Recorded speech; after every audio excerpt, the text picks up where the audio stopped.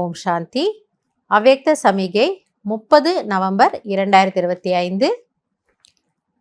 बाप दादा நமக்கு என்ன சொல்லி கொடுக்கறாருன்னா, जैसे कोई शरीर के वस्त्र सहज उतार सकते हो, ऐसे ये शरीर रूपी वस्त्र भी सहज उतार सको और सहज ही समय पर धारण कर सको, इसका अभ्यास चाहिए. பாபா சொல்றாரு, எப்படி இந்த சரீரத்தினுடைய ட்ரெஸ்ஸை வேணும்னா நீங்கள் மாற்றிக்கலாம், இல்லை இதே ட்ரெஸ்ஸில் இருக்கிறேன்னா இருக்கிறேன், சாயந்தரம் வேற எங்கேயோ வெளியில் போகணும், வேற ஒரு ட்ரெஸ் மாற்றிக்கிறேன், அது உங்களுக்கு லூஸாக இருக்குது, அப்போ டக் டக்குன்னு நீங்கள் ட்ரெஸ்ஸை மாற்றிக்கிறீங்க. அகர் வஸ்திர தங் வா டைட்டு ஹே தோ சஹஜ் உத்தார் நஹி சக்தே. ஒருவேளை அந்த ட்ரெஸ்ஸு ரொம்ப டைட்டாக இருந்தது அப்படின்னா அதை நம்ம எடுத்து மாற்றுறதே கொஞ்சம் கஷ்டமாக இருக்கும் இல்லையா. ஐசே यह देह रूपी वस्त्र भी किसी संस्कार में चिपका हुआ तंग व टाइट ना हो. ஸோ நமக்கு இங்கே ட்ரெஸ்ஸு, இந்த ட்ரெஸ்ஸு வந்து ஆடை, இந்த ஆடை வந்து இந்த உடலாம், ஆத்மாவனுடைய ஆடை ட்ரெஸ்ஸு உடல்.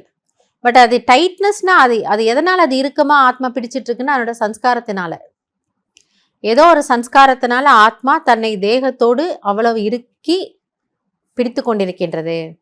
ஸோ சன்ஸ்காரம் தான் அதுக்கு காரணம். ஸோ அப்போ இதுவும் டைட்டாக இருந்ததுன்னா இந்த ட்ரெஸ்ஸை மாற்றுறதுங்கிறது ஆத்மாவுக்கு கஷ்டமாயிடும். இஸ்கேலியே சபி பாத்தோமே ஈஸி ரகோ. எனவே பாபா புரிய வைக்கிறாரு, குழந்தைகளை அனைத்து விஷயங்களிலும் நீங்கள் ஈஸியாகி விடுங்கள், கொஞ்சம் ஈஸி நேச்சரில் இருங்க, ரொம்ப டைட்டாக ரொம்ப காம்ப்ளிகேட்டடாக இருக்காதீங்க. எதி ஈஸி ரஹேங்கே தோ சபி காரிய ஈஸி ஹோங்கே. ஸோ நீங்கள் ஈஸியாக இருந்தீங்கன்னா உங்களை சுற்றி நடக்கக்கூடிய விஷயங்கள் கூட, காரியங்கள் வேலைகள்லாம் கூட எப்படி இருக்குமா, ஈஸியாக இருக்குமா. இல்லை நான் ஆத்மா என்னோட வைப்ரேஷன் அப்படி ஸ்ப்ரெட் பண்ணுறேன். जितना पुराना संस्कारों से न्यारा रहेंगे उतना अवस्था भी न्यारी अर्थात विदेही सहज बन जाएगी.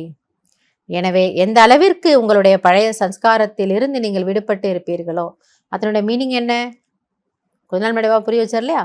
தேகமே, இந்த சன்ஸ்காரங்கள்லாம் தேகத்தோடு சம்மந்தப்பட்டது, தேகமே இல்லைன்னும் போது சன்ஸ்காரம் வெளிவராது. ஸோ அப்போ நீங்கள் தேக உணர்வுலேருந்து எவ்வளோ விடுபட்டு இருப்பீங்களோ அதை தான் சன்ஸ்காரத்துலேருந்து விடுபடுறதுங்கிறார். எனவே தேக சன்ஸ்காரத்திலிருந்து நீங்கள் எவ்வளோ விடுபட்டு இருப்பீர்களோ அந்த அளவிற்கு நீங்கள் விதேகியாக சகஜமாக ஆகிவிட முடியும். ஸோ நம்ம சகஜ விதேகி ஆகணும்னாலும் சன்ஸ்காரத்தையும் நம்ம மாற்றிக்கணும். அண்ட் விதேகி ஆகிட்டோன்னா சன்ஸ்காரம் எமர்ஜும் ஆகாது. இது அந்த 2 முனை கூர்மையுள்ள ஒரு வாள் போல், இதுவும் அது ஒன்றுக்கொன்று ரொம்பவே ஆழமான ஒரு தொடர்புடையது.